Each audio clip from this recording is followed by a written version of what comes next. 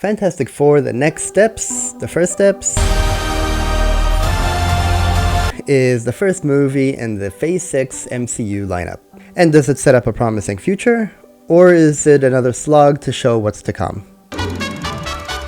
This summer, Marvel Studios invite you to the cinematic event of the year. The movie starts off much stronger than the Superman 2025 movie. So instead of showing white text on a glorified PowerPoint, this movie fixes that.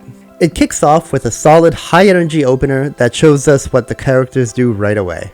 No slow build-up, just a punchy start to set the tone and pull you in. Now let's get this out of the way.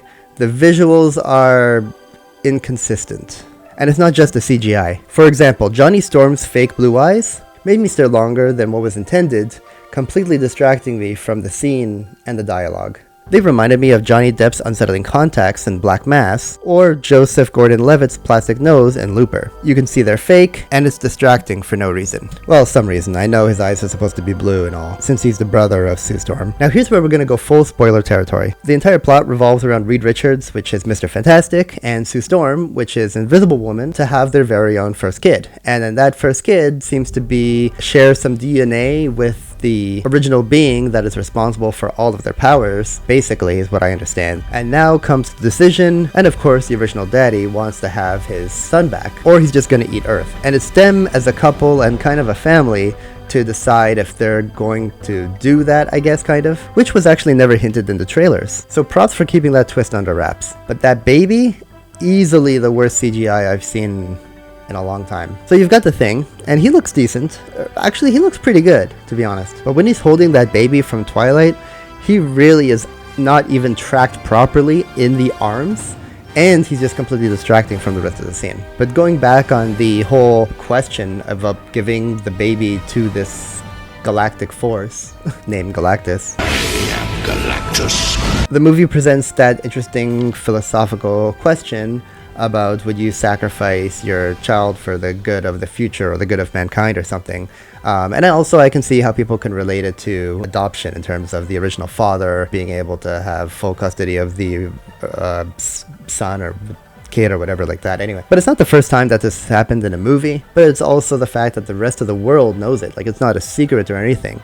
So the rest of the world is kind of like trying to fight, obviously, and say, hey, just give the son, you can have another one or whatever. But there's a lot of weight to it because the movie cleverly sets up where saying that they've been trying to have a kid for the last 2 years and without any success or whatever. But so this is kind of like a miracle baby in their eyes, you know? So on top of the fact that if they did give the baby, they still don't have any guarantee that the Galactus, the Eater of Worlds, isn't just going to eat their world after anyway. So you know what they say. We don't negotiate with terrorists. So anyway, before that, the scene with the whole pregnancy in the ship, it was a little odd because, you know, Sue Storm was wearing normal astronaut pants or something. It was no muumuu. So how does that work? I guess it would have looked kind of silly. The only difference between an egg and a planet is scale. So that's a real line in the movie. I did not write that. Some guy got paid millions of dollars to probably write that. And that came out of Richard Reed's mouth. Yeah, the super genius. The one compared to Iron Man's intelligence. I can tell you right away that just because an Earth has a core and an egg has a yolk, that doesn't mean that they're the same thing. There's many other differences. Anyway, that line really just bothered me, and I really just wanted to say that in my review. But at the time I watched it, my brain just did a thing where it kind of shut off. I just went to my happy place for a minute. So if anything happened between that time and a minute, sorry, I missed out. Okay, now let's talk about Galactus, as he's a big part of the movie. On one hand, he's not just sitting on a throne for the whole movie, unlike Thanos did in the, originals. And I'm not saying that was a bad thing. It was kind of a cool kind of setup. It was just why didn't he just do everything? But, yeah, let his minions do it. He didn't expect he needed to get up from his chair. It kind of shows his ego-ness anyway. But anyway, at least they didn't copy-paste that whole thing, right? Build up, because it's the first movie in the Phase 6, so they could have built up. But they showed him in full form, standing there and everything like that. And the movie itself does build him up enough, but when it comes to showing his power, he's basically just like a big Ant-Man. Power scaling? Gone. So I kept thinking, wait, is this supposed to be Galactus, the guy, the devourer of worlds? He felt more like a mid-tier kind of threat. There was a funny moment where he was giving Mr. Fantastic a nice stretch, though.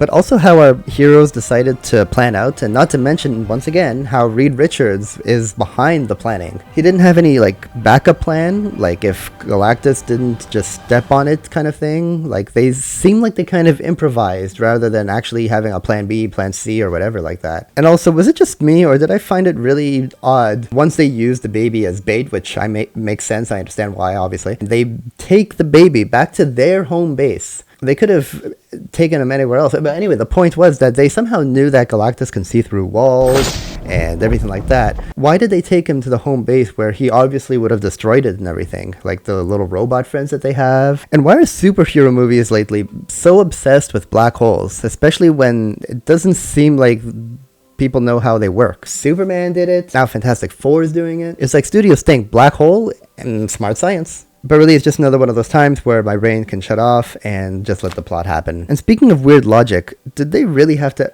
evacuate all of New York City to the underground?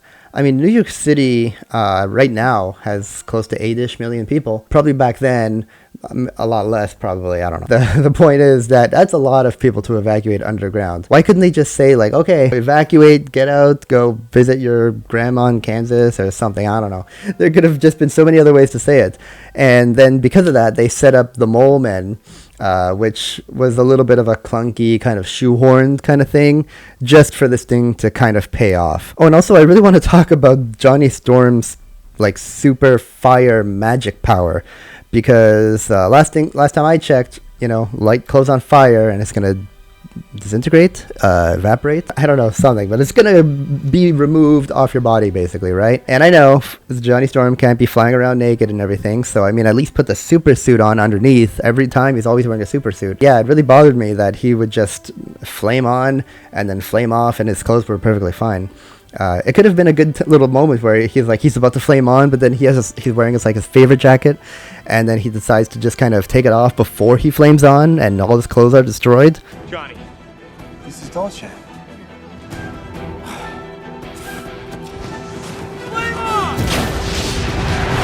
Maybe I'm thinking a little too Joss Whedon there, but that's just my take on that. The arc with Surfette was actually pretty well done. It was interesting, it had a nice payoff, and it made sense at the end because, you know, as we know, it helped the ending happen. Despite all of this, I won't lie, I did enjoy myself. It was a fun movie. The final fight was fun after my brain turned off, and the style, the retro futuristic 60s aesthetic, where it looks like how the future was imagined by people from the past, that part's pretty well done. It gives a unique flavor that sets it from the rest of the Marvel usual visuals. If only the rest of the visuals held up in the rest of the movie. So overall, Fantastic Four takes on a new aesthetic. It has interesting ideas and premises, and a very strong start. But it's also full of questionable logic, as I've said. Power scaling issues, distracting visual choices. If you go in willing to turn your brain off, you'll probably enjoy this much more than I did. And just don't think about it too hard, and enjoy the ride. Thanks for watching my review. Let me know, and thanks again. Bye. Flame on!